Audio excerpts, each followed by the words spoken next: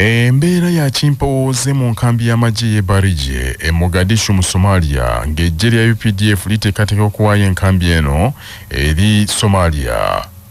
UPDF eri mu nteekateeka y'okuzzaayo obuvunaanyizibwa eri eggye lya Somalia lyekuumira ebitundu by'eggwanga eryo okuva lwe yayingira Somalia mu 2007. Omusasi waffe Alex Nsubuga Katabalwa ali Somalia kaltuvire ku ntono. UPDF eri mu nteekateeka y'okuddiza eggye lya Somalia erya Somalia National Forces obuvunaanyizibwa bw'okukuuma ebitundu gye libadde okuva mu 2007 oluvannyuma lw'okukakasa nti kati abasirikale ba Somalia bafunye obukugu obw'okwekuuma.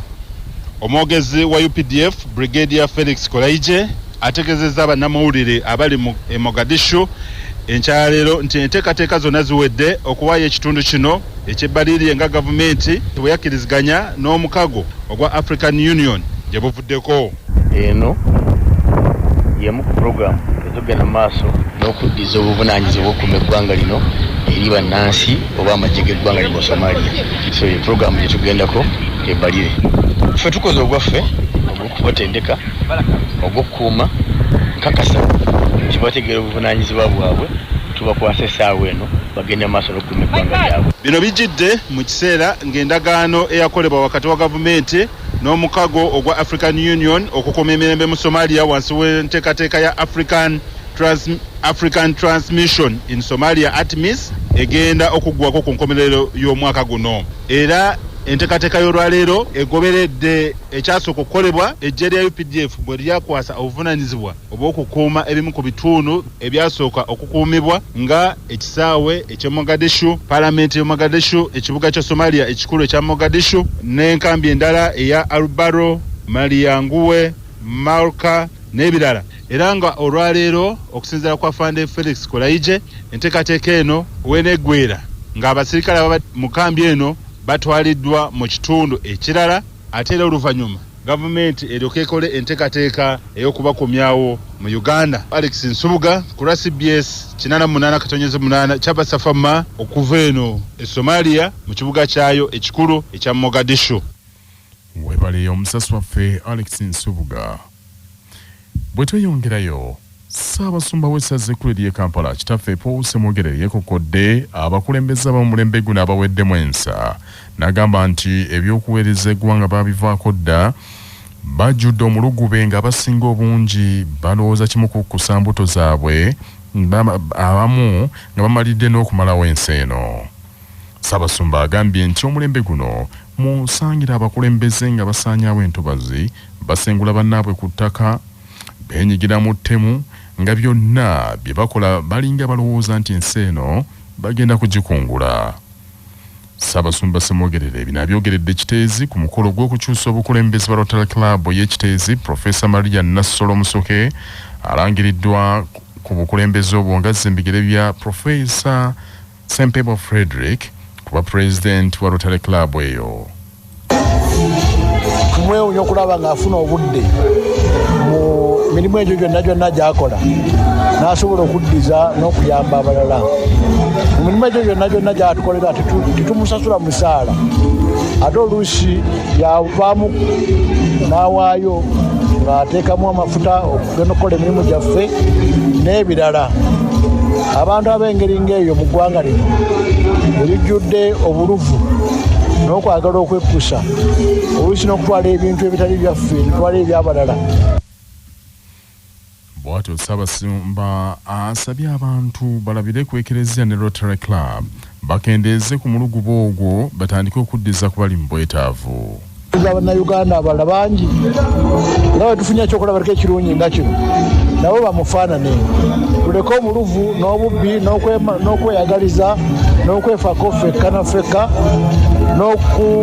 olw'okwefako ffekka na ffekka oluusi twonoona ne bannaffe n'okwonoona ebintu Katonda bye yatuwa ddala mu butonde bw'ensi ne tutema emiti tusobole okufuna amanda n'enku, ne tutema emiti tusobole okuzimba amayumba gaffe, ne tusaanyaawo entobazi tusobole okubeera nga tuzimbawo amayumba. District Governor Edward Kakembo Nsubuga agambye nti Rotary Club omwaka guno essira egenda kulisa nnyo kuteekateeka omwana omw'obulenzi kubanga abadde yerabiddwa nnyo ng'ensi yonna esosowaza mwana muwala. Professor Maria Nassolo Musoke, President omujjo wa Rotary Club y'ekiteeza asuubiza nti si waakuva ku mulamwa gwa disitulikiti yaabwe ogw'omwaka guno ogw'okuteekateeka omwana omulenzi era waakusooka kudduukirira masomero agali mu kitundu kye nga atetenkanya mu ngeri y'okukulaakulanyamu n'okutumbula ebyenjigiriza. Education will break the chains of poverty, of disease, and will liberate you, and not only you, but even your family members and the children of the world. So when the club started, we did a feasibility study in this area, and we identified 2 needy schools, and one of them is a school for disability and St. Pochitagowa Primary School. Because the needs of St. Pochitagowa Primary School were major, we decided to start with the easier project of water. Professor Frederick Sempebwa abadde President wa Rotary Club y'ekiteeza agambye nti obukulembeze bwa President omujja Professor Maria Nassolo Musoke abusuubira okubeeramu ebibala birungi byereere. Kizuuliddwa nti ekisaawe ky'ennyonyi eky'eggwanga ekikulu eky'Entebbe kyetaaga okwongeramu ku byokwerinda byakyo naddala mu kwerinda ebibamba n'ebigwa bitalaze. Omusasi waffe Kakoza George William kaatuwa ebisingawo. Buli luvannyuma lw'ebbanga eggere ekitongole ekivunaanyizibwa ku mbuka z'ennyonyi mu nsi yonna ekya International Civil Authorities Organization kiteekawo obukwakkulizo obulina okugobererwa era nga okwegezaamu ku bubenje obutonotono n'obunene kye kimu ku bisaanyizo ebisaawe by'ennyonyi kye birina okutuukiriza nga mu kabenje akatono akateeberezeddwa ku kisaawe ky'ennyonyi Entebbe kiteeberezeddwa nti ennyonyi ebaddeko abasaabaze 100 ababuuka okuva ku kisaawe okwolekera obwengula neefuna ekizibu neegwa yingini n'ekwata omuliro nga ku nnyonyi kuteeberezebwa nti kubaddeko abantu 100 nga gye biggweredde abantu 25 bateeberezeddwa nti be babadde bafiiridde ku nnyonyi eno ate abantu 15 be baggiddwako nga balina ebisago n'obuvune obw'amaanyi era omwogezi wa Uganda Civil Aviation Authority Vianney Lujja ategeezezza nti kino kikoleddwa okutuukiriza obukwakkulizo bw'ekitongole ekyo. Era tusobodde okukebera systems zaffe ne tulaba abazinyamooto bwe bayitiddwa batutte ebbanga ki okuzikiza omuliro ogwo. Ambulances ez'enjawulo nazo ziyitiddwa, amalwaliro gakubiddwa, ne tuba nti tukebera kibatwalira budde ki. Ekintu kino nga tukimaze twekuba mu ttooki kulaba wa we tukoze obulungi ate wa awatatambudde bulungi.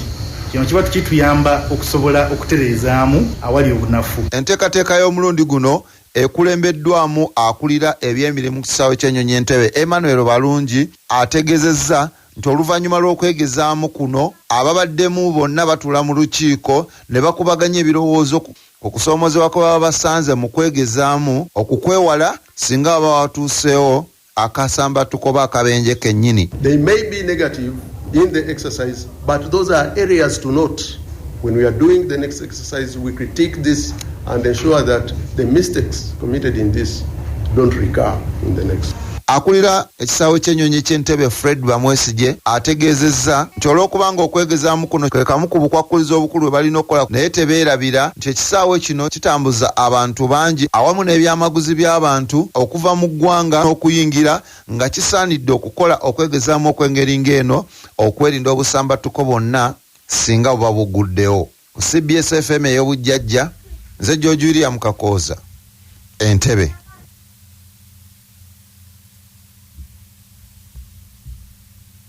Mu mawulire amalala akulira okulaakulanya abantu ba Ssaabasajja Kabaka ku rediyo y'ekyabasa mu jugumiza ggwanga ow'ekitiibwa Hajji Kaddu Kiberu abuuliridde bannayuganda beemanyiize enkola ey'okusiimanga bannaabwe olw'ebirungi bye baba bakoledde eggwanga nga bakyali balamu. Akinogaanyizza nti okuwaanawaana abantu n'okubabwa ebirabo nga bali mu ddiira awo tebakyawulira yadde okwogera tekikola makulu. Bino ow'ekitiibwa Hajji Kaddu Kiberu abyogeredde maka ga Seeka Omugundiivu era imaamu mukulu w'omuzikiti gwa Kampala mukadde Sheikh Rajab Kakooza babadde bamukyaliddeko okumusaasira obulwadde obuludde nga bumusumbuwa ng'amaka ge gasangibwa Mbogo mu division y'e Kawempe wano mu Kampala. Ekyatuleese wano olwaleero kulaba ku Sheikh alwala Mukama n'akola ki? N'amusuusa era ndooza mumulaba. Nze ne muganda wange Luta twewunaganya tugaa nti Sheikh tugende tukole ki?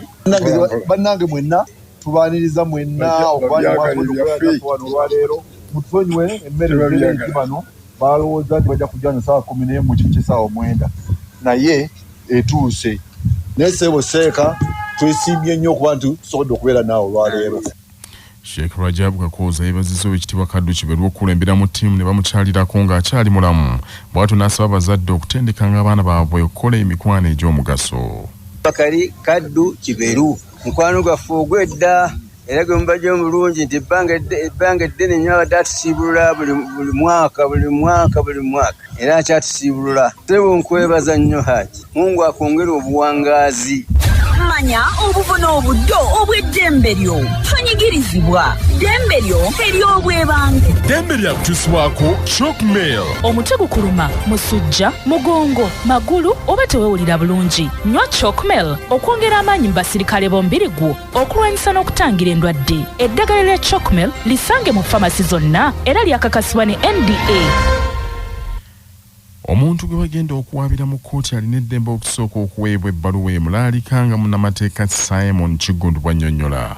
Kya makulu nnyo omuntu yenna agenda okuwaaba omusango mu kkooti oba mu mbuga z'amateeka okuwa oli gw'agenda okuwawaabira ebbaluwa emulaalika oba emubanja oba emutegeeza nti agenda kumuwaabira mu kkooti gye waliise notice of intention to sue. Era ebbaluwa eyo erina okuba nga ewa omuntu oyo gwe bagenda okuwaabira ebbanga eggere okutereeza ensonga nga tezinnaba kugenda mu kkooti. Era gw'agenda okuwaaba omusango bw'otagaba bbaluwa eyo ng'ogiwa omuntu oli gw'ogenda okuwaabira, kkooti eba ekulaba ng'omuwaabiwaabi oba omuntu ow'omutima omubi kuba towadde muntu oli mukisa kumalira nsonga bweru wa kkooti. Era omusango ne bw'oba oguwangudde, kkooti eyinza obutakuwa nsaasaanyaayo nga ssente z'oba otadde mu bapuliida ne mu kuwaaba omusango. Ekitongole ekivunaanyizibwa ku bigezo mu ggwanga ekya Uganda National Examinations Board UNEB kirangiridde nti abayizi abawerera ddala emitwalo 13,200 be beewandiisizza okutuula ebibuuzo ebyakamaliza omwaka guno ku mitendera gyonna esatu, nti abayizi abawerera ddala akadde kamu mu emitwalo 39 be beewandiisizza okutuula ebibuuzo ebyakamaliza omwaka guno ku mitendera gyonna esatu, ebibiina ebyakamaliza omuli ekyomusanvu, siniya eyokuna ne siniya ey'omukaaga. Abayizi ab'ekyomusanvu abanaakola ebigezo bya PLE bali mu keetereekerero nga kw'ossa abasiniya ey'okuna n'ey'omukaaga.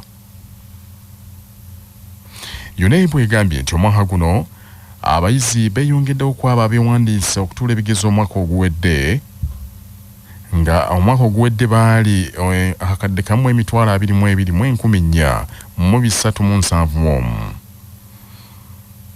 Omwogezi w'ekitongole kya UNEB Jennifer Kalule Musamba agambye nti okuwandiisa abanaakola ebigezo by'omwaka guno kwagaddwawo era nti abayizi beeyongeddeko ebitundu 8 ku 100. Kyokka nti abayizi abatannaba kwewandiisa baakuweebwayo omukisa okutuuka ku nkomerero y'omwezi guno wakati mu kusasuzibwayo kw'engassi.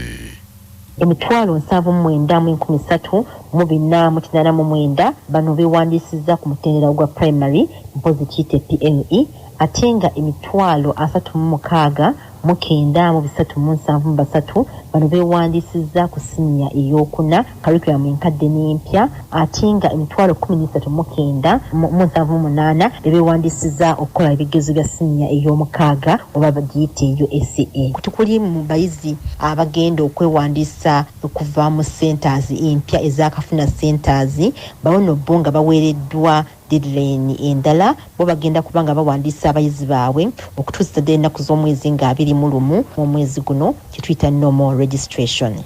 Jane Kaulea ategeezezza nti okutwalira enteekateeka ey'okugezesa abayizi mu kalikulamu eri enkadde eyo yawedde kaakano abanaatuula omwaka guno bagenda gezesebwa mu kalikulamu empya kyokka abanaaweebwa omukisa okukolera mu kalikulamu eri enkadde beebo abeewaddeyo okuddamu ebigezo omwaka guno abaalemererwa okwewandiisa omwaka oguwedde bo bakukkirizibwa okutuula ebigezo mu kalikulamu eri enkadde.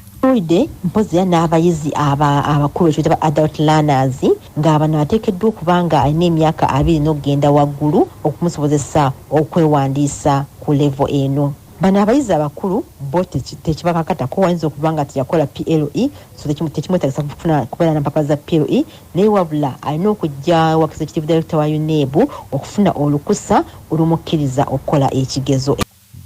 Gavumenti ya United Arab Emirates eri mu katu ekibiina kya Mwanga Magatte kijirumiriza okukuta n'abayeekera abatabangudde Sudan nge bavujjirira ebyokulwanyisa.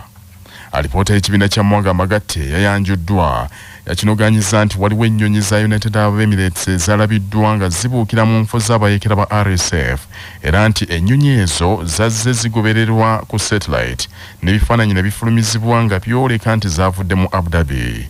Alipoota eno egenza okufuluma nga kakiiko akakuumaddembe k'ekibiina kya Mwanga Magatte kalwana bwezingirira okukomya olutalo lw'e Sudan olufuuse nnamulanda. Mu ngeri emu alipoota yafulumye ng'olunaku lw'eggulo wabaddewo olutalo fuwuuke mu kitundu eky'e El Fasher amagye g'eggwanga bwe galwanaganye n'abajambala ba RSF okugenda okakana nga gabafuutudde mu kibuga ekyo era n'omu ku baduumizi babayeekera abo n'attibwa. Si gwe gusoose ekibiina kya Mwanga Magatte okulumiriza United Arab Emirates okwenyigira mu lutalo lw'e Sudan. Ku ntandikwa y'omwaka guno waaliwo alipoota yalaga nti ebadde evujjirira olutalo olwo n'ebyokulwanyisa. Sudan yagwamu nabe bannamagye babiri abafuga eggwanga eryo bwe baafuna obutakkaanya ng'omukulembeze Gen Abdel Fattah al-Burhan yatabukanira lyo omumyuka we Gen Mohammed Hamdan Dagalo era okuva olwo emmundu eseka. Bannaffe ag'essaawa zino